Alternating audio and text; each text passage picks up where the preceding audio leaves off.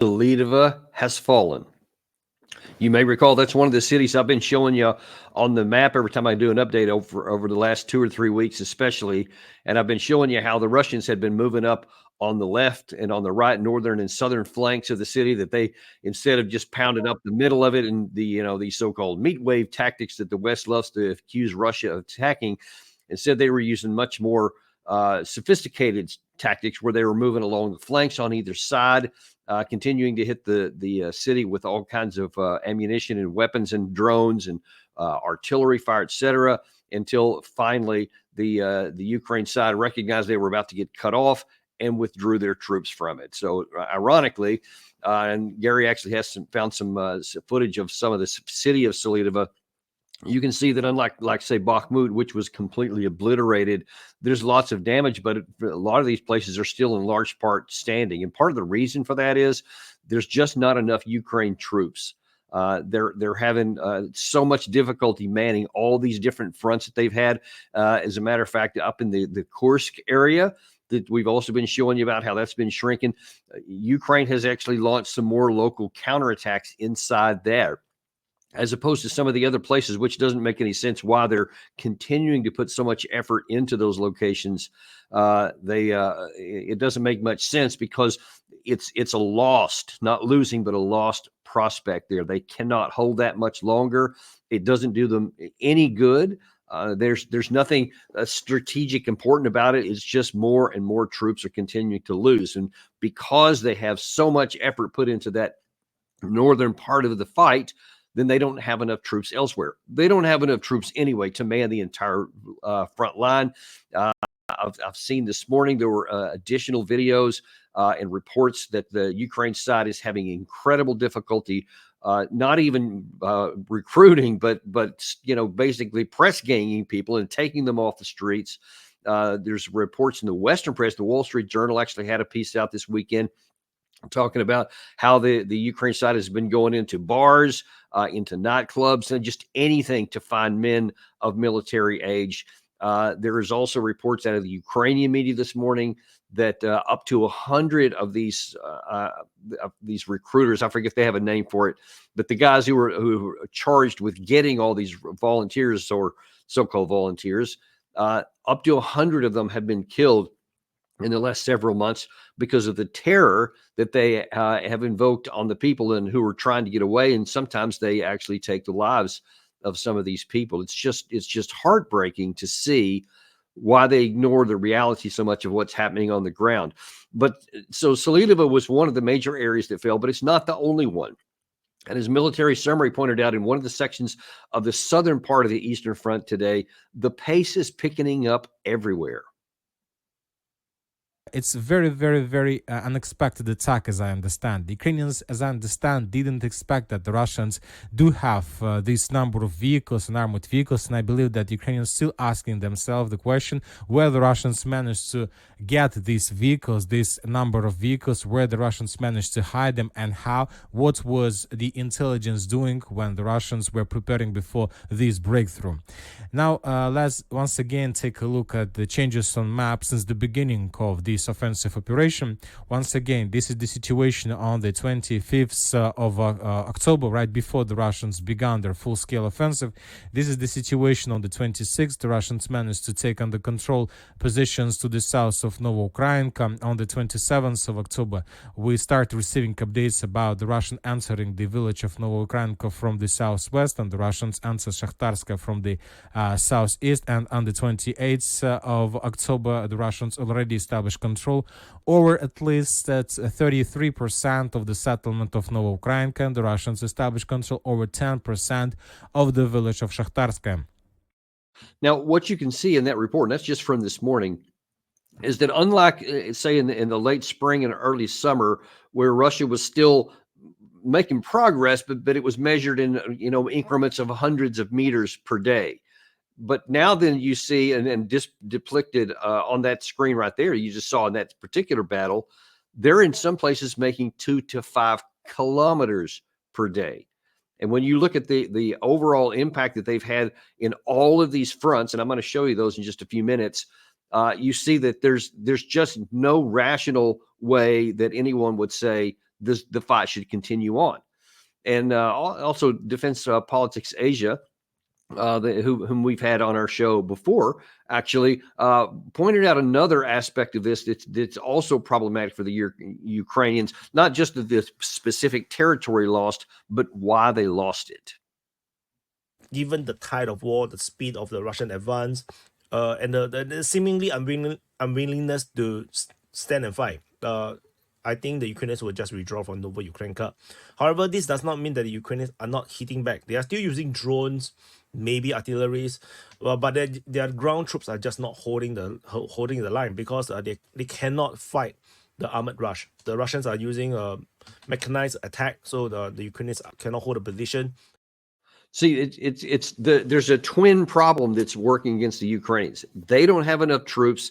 The Russians do. The Ukraine side doesn't have enough equipment. The Russians do. And you see, continuing on, this has been the case from the very, very beginning of this war.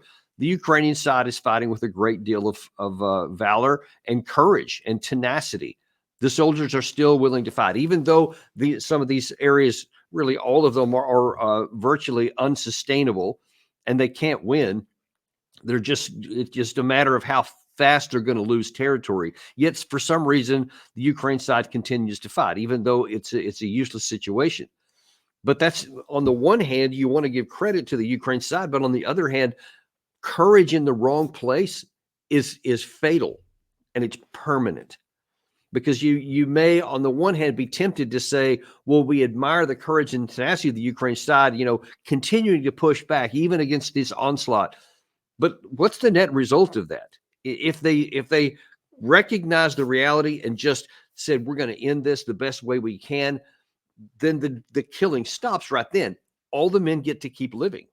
No more territory will be lost, depending on whatever happens in the negotiations. But by doing this path and keep going down this course of action, you're still going to lose territory. You're going to lose more territory, but now the men don't get to live. And Ukraine has suffered an incredible population bleed. I mean, they've lost, by many reports, possibly more than 10 million people have fled the country since the war began. 10 million. I don't think they only had like 40 something at the beginning. So 10 million, a full quarter of the population is gone. Likely will never come back. Maybe some will, but certainly not in large numbers, as most have resettled in other places and don't want to come back to a place that may end up having to be fight future battles in the future. But then there's also the extraordinary loss of again, it's hard to know what's true and what's not with these numbers. You've heard one of our viewers here in some of the earlier comments was asking about the issue about the Russian casualties that's been claimed by the Western side. The United States always says, 600,000 Russian casualties total. Don't really know if the numbers are correct or not. I have serious doubts that it is. It's not small, whatever it is, and that's by the Russian side. They openly admit that the numbers are tremendously high, potentially around 80 to 100,000 dead, maybe 200 to 300,000 more wounded. So the number's not small. It's just probably not as high as what our side is claiming. But the Ukraine casualties are potentially, who you listen to, potentially up to 1.5 million total killed and wounded. But whatever the number is, it's going to be higher than the Russian side, and it makes logic sense because Russia, as you're seeing play out right now before your eyes, has an overwhelming number of firepower, of equipment, and men. They have no shortage of any of those things. So naturally, they have more firepower to bring to bear per man, and they have more men to bring the firepower. So naturally, the Ukraine side is going to suffer more casualties. It's just logic that stands to reason. So the Ukraine side has more casualties, and they have fewer men from which to draw, and a dwindling willingness of anyone to do anything other than be forced into combat. And even that's got a caveat with it, because according to the Ukraine commanders, this is not Russian misinformation, but the Ukraine commanders through Western media are reporting that the desertion rate is astronomical. Many of these guys, once they get press gang to move to the front, refuse to follow orders. They're not going to attack. Others, they start an attack once and then flee. And then still others, as soon as they get to the front, before they've even been asked to fight, they flee and they just desert. And there's no telling where these guys, some of them are trying to get out of the country. Others are just hiding in the countryside, trying to get away from these recruiters that are trying to grab them. It's just a terrible situation. Meanwhile, on the Russian side, because they have a lot of patriotism on their own, because they view this as an existential fight, they're having no shortage of people volunteering. Russia hasn't had to resort to a forced mobilization. They haven't had to resort to people grabbing Russian people off the streets, because there's still a lot of them willing to come in, reportedly between 30 and 40,000 every month, which is more than enough to offset the losses that the Russians have. Whatever that high number is, they're still coming in. So you see everywhere you look that there is no hope for the Ukraine side. And let me just graphically show you what this looks like on the map. Thanks for showing that on the screen there, Gary. This is from the Institute for the Study of War. And again, as I pointed every time I point these up there, the analysis by the ISW is horrific. It's terrible. But in terms of mapping, it's very, very accurate. And so this is what you're seeing on the screen right here. This is the Kursk operation, which I told you about. The blue is where the Ukraine side is. The red is where the Russians are. And you see this is continuing to shrink. And now it's this small thing right here. There's another pocket right up in here where the Ukraine side is at risk of being completely cut off. And then they could lose hundreds, if not thousands, of troops in this area. And there's just no point in it. Yet they continue fighting in there, and they've tried a couple of offensive operations over here on the eastern side of this oblast here. But then you just go down through some of the other things. And one of the things you're going to notice here, all these little green circles you see, this is where recent combat action has been going on.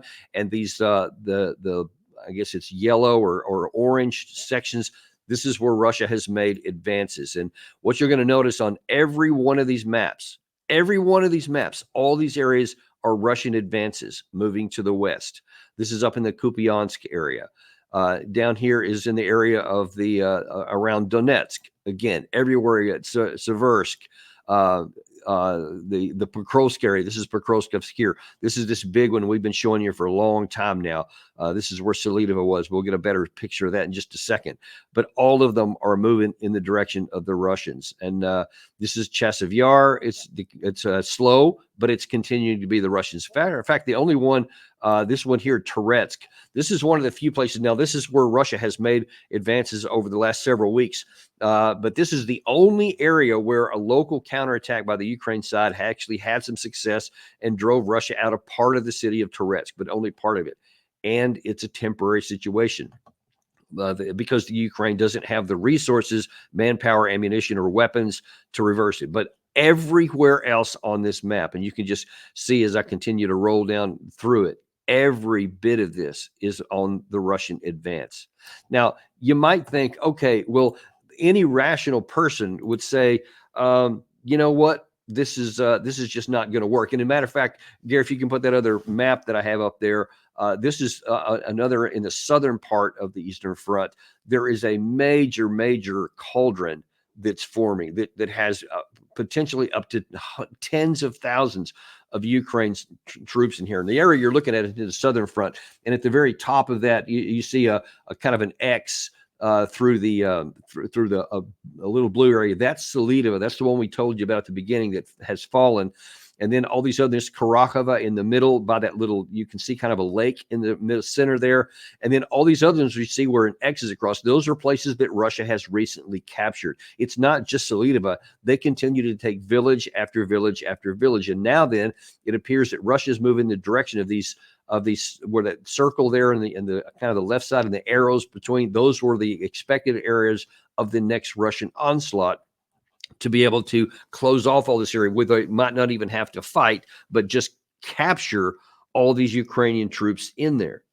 Now, you would think that with this extraordinary amount of losses that the Ukraine side has, both personnel and now territory, that the end is clearly visible, and that any rational person would say, okay, we did our best. It's time to recognize reality and just bring this to a merciful conclusions under the best terms that we can get, because it doesn't make any sense to do anything else. That's what a rational person would do. But there are not many rational people in the West in positions of authority, or in Ukraine for that matter. And here is Admiral Stavridis, who recently did his best version of ignoring reality. These troops, which are currently training in Russia, will hit the front lines. I've seen numbers estimated between 3,000 and 12,000.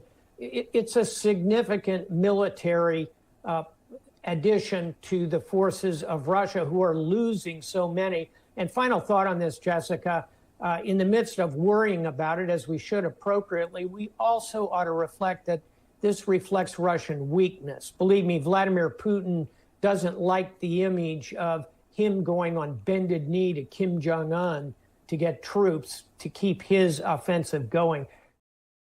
So he was talking there on the news about the report that some number of thousands of North Korean soldiers had entered the war, or were training with Russians and potentially were going to enter the war.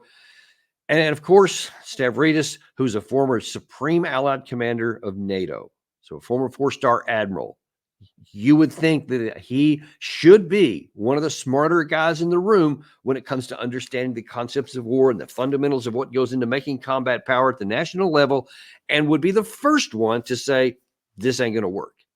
But you see, instead, he just mocks and derides Russia and said, oh, this is an example of Russian weakness. Did you see anything weakness on that map I showed you? You see from the north up in the Kursk area, all the way around through Kharkiv, all the way through Kupiansk, everywhere down, all the way down to the Zaporizhia area, everywhere, it's nothing but Russian advances. You see that there are a number of pockets, both in Kursk and in the southern part, which I showed you a second ago. All of these are increasing risk to the Ukraine troops. You saw the video we just showed you that the Ukraine side doesn't have either the equipment or the personnel to handle any of these, and that's why they're moving back. And then you have this guy, this alleged, not alleged, he was a 4-star flag officer, an alleged smart guy, is sitting there telling you that's evidence of Russian weakness. What in God's name would he call it if it was happening in the opposite direction? What does strength look like if losing territory equals weakness, or losing territory for the Ukraine side? Does he call that strength? If Russia advancing is weakness, then is it the Orwell still at work? And is he going to call that actually strength? I mean, it defies any kind of logic at all. And one wonders why some of these mainstream media people who are doing the interview, why don't they ask him that? Why don't they say, Admiral, that's an interesting definition and analysis.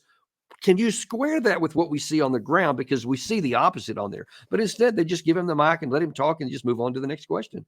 It's really kind of discouraging. And it would just be annoying if it didn't have so much consequence, that so many people are continuing to die, leaving alive the possibility that this thing continues to escalate.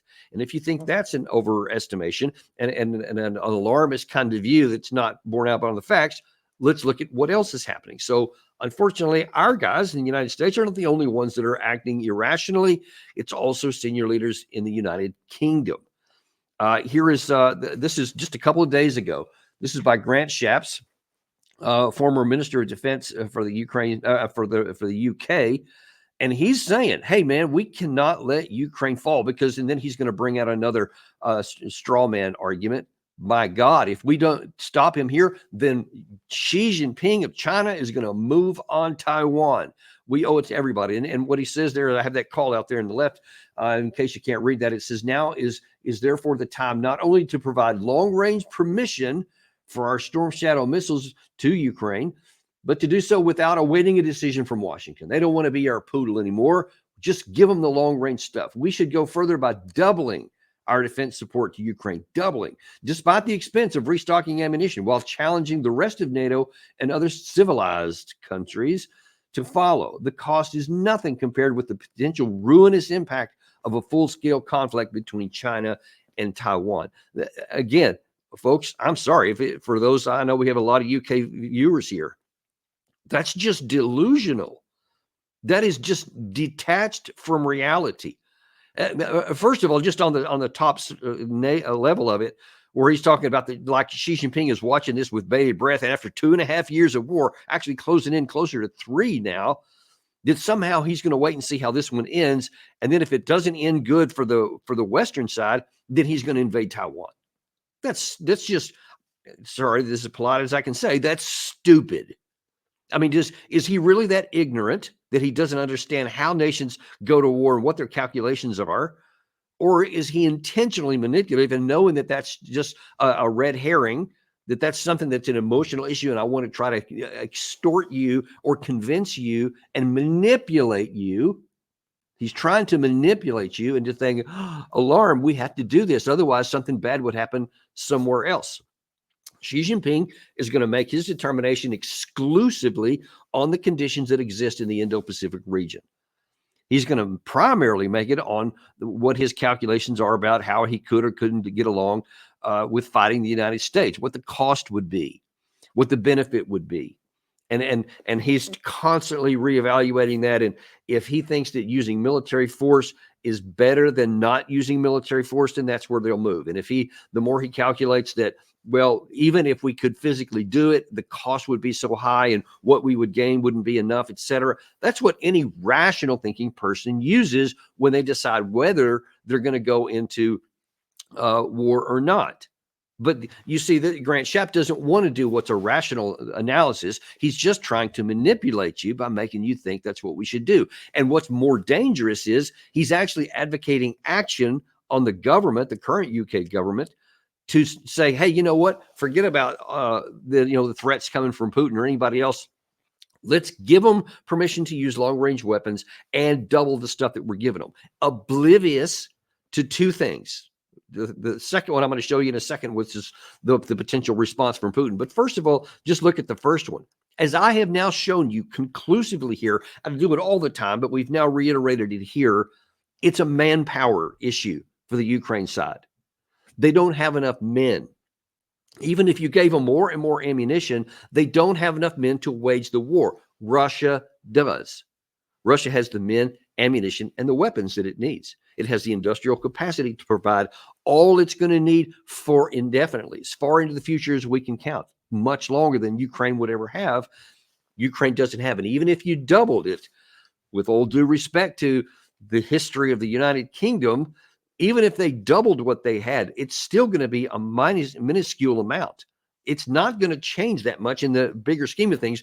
Bear in mind that according to a South Korean diplomat I spoke to recently, 8 million artillery shells total of all the different calibers have come from North Korea alone to Russia, on top of the between 3 and 4 million they produce annually on their own, plus whatever they get from Iran. So when you talk about this scale, even if UK doubled it, it's going to be minuscule in compared to the overall balance of weapons and ammunition between the two sides. So that's irrational. But then the second thing is what would happen with Putin is Gary showing you there. And there was a comment earlier today from Vladimir Putin. Gary, if you could toss that other one up there that had, I think it's got a call out on it, where Putin is saying that our military command is ready and is already ready if we have to fight NATO. You give permission for those long-range weapons, there's going to be consequences. According to this report here, Russian President Vladimir Putin issued another stern warning to NATO over the potential of Ukraine utilizing Western long-range missiles to strike Russian territory. According to Putin, if NATO consents to these strikes, it would lead to a direct escalation and could mean open conflict between Russia and NATO, fundamentally altering the dynamics of the war. Now, why would anyone in the West want to risk that?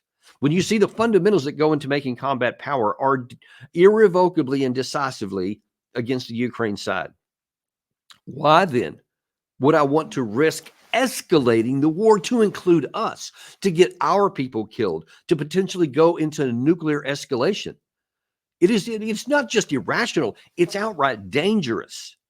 that these kinds of people are in charge and making these kinds of advocates. I don't know if again they're just word playing here and they're trying to say we just want to use this to make something else happen to our benefit, but we would never really do that. I don't know. I almost hope that it's that kind of deception and lying, that because otherwise, if they actually mean what they're saying, and then they do want to keep throwing in more and more ammunition and accelerate into a new category where they're directly striking into Russia. And it's true.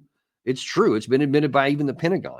If you use Storm Shadow missiles or American ATACMS, any of those kinds of high-end American weapons, they're Western weapons, and the Storm Shadows also, by the way, has a number of components that need American support. You fire those into there and there's going to be a response, because you can't do it unless you have British and American soldiers physically participating and getting those missiles on target. Russia has made it clear that they recognize that and that they would recognize that as a direct participation, as would we if the same thing was happening to us in some other theater. Let's say in the Middle East. Let's say that if Israel and Iran actually came to blows and it turned into a war, not just a couple of missile exchanges. And then Iran said, okay, because the U.S. is helping you guys, we're going to attack the U.S. troops there, and they use help from Russia. What do you think it would do if it said Russian Iskander missiles blows up an American base in the Middle East? You think we'll say, well, that's unfortunate, but hey, that is a war, so that's just what they do? Of course not. We would lose our minds. We would go crazy. We would be demanding immediate retaliation, and there'd be this specter of nuclear war right away.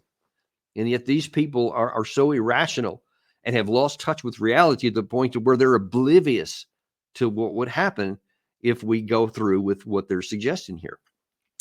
And then now you look at Schultz. Schultz from Germany is another one. He's almost. I think he's trying to I guess thread the needle here on doing some things that make some sense, but also not paying attention to the reality too much, because he doesn't want to get too far afield, where he has offered 1.4 billion euros in additional fresh military aid to Zelensky during a visit he just came to try and share what is the so-called victory plan. But then at the same time, he says, we're not going to let you use any of our long-range weapons. And then he also said one of the core portions of Zelensky's claim to his victory plan is that he wants to be in NATO now. You remember we've talked about that when he gave to his parliament, Zelensky did, when he made that statement about what it was. And the leading right off the top was he wanted this, he wanted NATO to be given an invitation to Ukraine.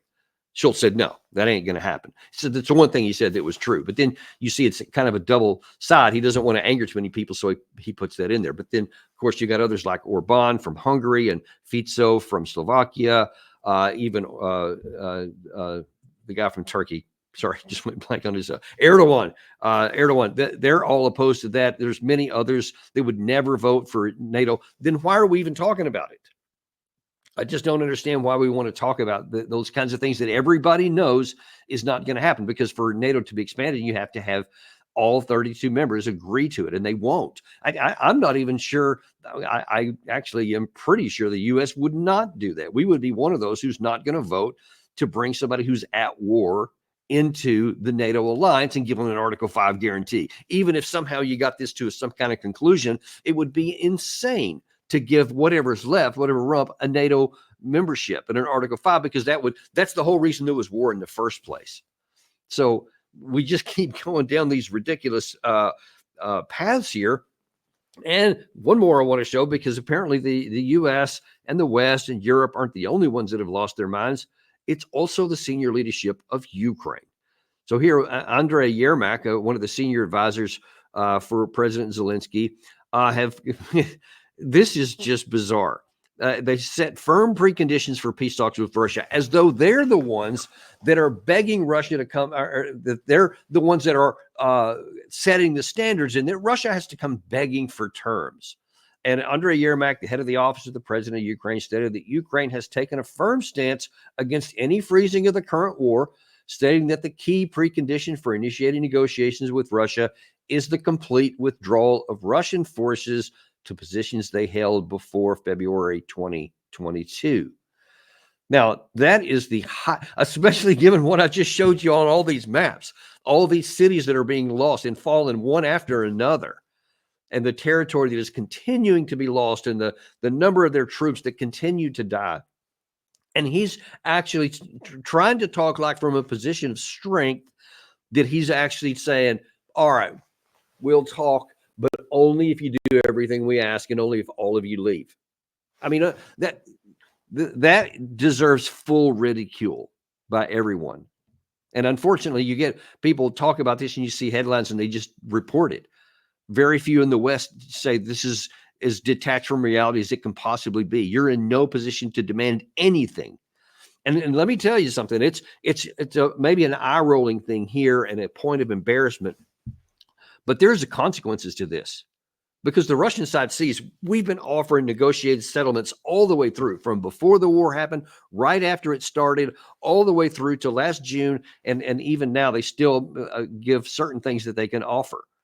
But the cost is progressively higher. Every time they reject it, it goes higher. When the Russian side hears them saying this, when they hear some people saying we still want to get into NATO, all you do is tell Russia there's no point in negotiations. There's no point in talking to anyone in the West or in Kiev. The only thing that makes any sense is just to keep going with fighting until you take on the battlefield through force of arms exactly what you want to get your end state, which is security, which is no NATO in Ukraine.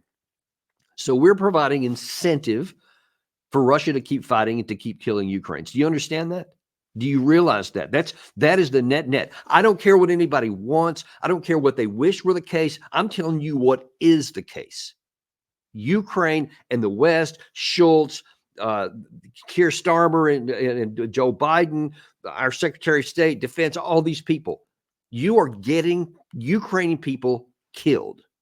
You are creating the conditions that are going to get more Ukrainians killed.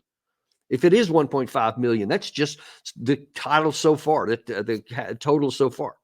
It's going to get worse because you will not see reality. Now, many of you, sarcastically enough and embarrassingly enough, don't care. It's not British people that are dying. It's not American people that are dying. And Russian troops are still dying. So, okay. Hey, if Ukraine wants to keep fighting, why not? Just give them some more stuff. That is horrifically immoral. And it's also strategically stupid to the highest order, because you're leading to a condition. If you don't care about the Ukrainian people, that's a shame on you, but it's also bad for our country, because you are creating the conditions, you are setting things up for a condition to where at some point, even if Russia stays on this methodical move here, and it's 1 to 2 to 5 kilometers per day, and it takes another 6 months, 8 months, 9 months, eventually the Ukraine army will literally be ground to dust. They physically won't have enough people, and it's inevitable that at some point the Ukraine side will just collapse. And then you have created the conditions to where everything NATO could muster for probably more than 3 years at that point will have been utterly failed. Now, when the rest of the world sees like this emergence of BRICS, and we've been talking a lot about that lately, this meeting they just held. So the ground is already shifting internationally. Now, when the rest of the world sees that the best the West could do militarily, after bragging about how they're the most powerful military force in the history of the world that we've said about ourselves in the United States, and that the NATO alliance itself is the most extraordinary, powerful alliance in the history of the world.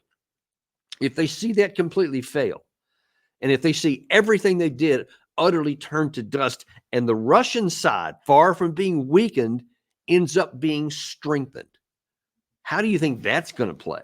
All the rest of the people around the world are going to say, okay, not only is your economic system starting to wobble and be unreliable, these guys keep talking about peace. They want to end all these wars. They want to prevent war, and even in the Indo-Pacific. China has said they don't want to go to war to take Taiwan, and they haven't since 1949. But they said that if they're moving towards independence and we keep facilitating that, they may, but they don't want to. And in all these other places, they are actively advocating for peace. In the Middle East and in the Russia-Ukraine war, Even though China is joined at the hip economically with Russia, they still are saying, get this war over. Let's get the thing done. Let's get some kind of negotiated settlement. They don't want things to be solved by force of arms. And the rest of the people around the world are saying, okay, the people who say, let's solve things diplomatically and through talks are providing economic stability. Let's go with them, because everything the West is doing is falling apart. So don't you see, not only is this unethical and immoral about not caring about the people of Ukraine and objectively blinding our eyes to what's actually happening on the ground, we're also harming our own medium and long-term interest as well, and setting up a potential situation in the coming months to where we may have to come to the grips to where there won't be enough spin in all the world to hide this from even the most ardent Europeanist and American, pro-American people, that you lost the war, because there won't be a Ukraine army left to fight it anymore. And then all these other consequences, and you'll be faced with either finally acknowledging it or escalating. And then that's when we get the potential for nuclear war. And with that warning I just put up there a minute ago from Putin earlier today, he seems to be very cognizant of that. And he's warning, if you take that move, if you take that action, he's already mentally prepared to respond. And we are even more fools than I thought if we ignore that and say he's just bluffing. There's no reason for him to bluff. And there's every reason for us to take that seriously and to stop being stupid. That's exactly the situation here, folks. That's where we are. And we'll keep on top of this for you. We're going to keep bringing you the truth, because we're unintimidated and uncompromised. And even when it's bad for our side, I'm going to tell you the truth, in the hopes that enough of us get the truth out there that we can maybe bring some pressure onto our leaders, even in this 11th hour, to try and do something that makes a little sense and eat a little crow if necessary, but make sure that we preserve our strength and our future ability to prosper as a people. That's what we're hoping for. Thank you very much. Please be sure to like and subscribe before you leave today. And always one of our fan faves, Larry the Shirt Johnson, will be on this afternoon to give us his take on some of the things happening in the Middle East. Thanks very much. And I'll see you on the next episode of Daniel Davis Deep Dive.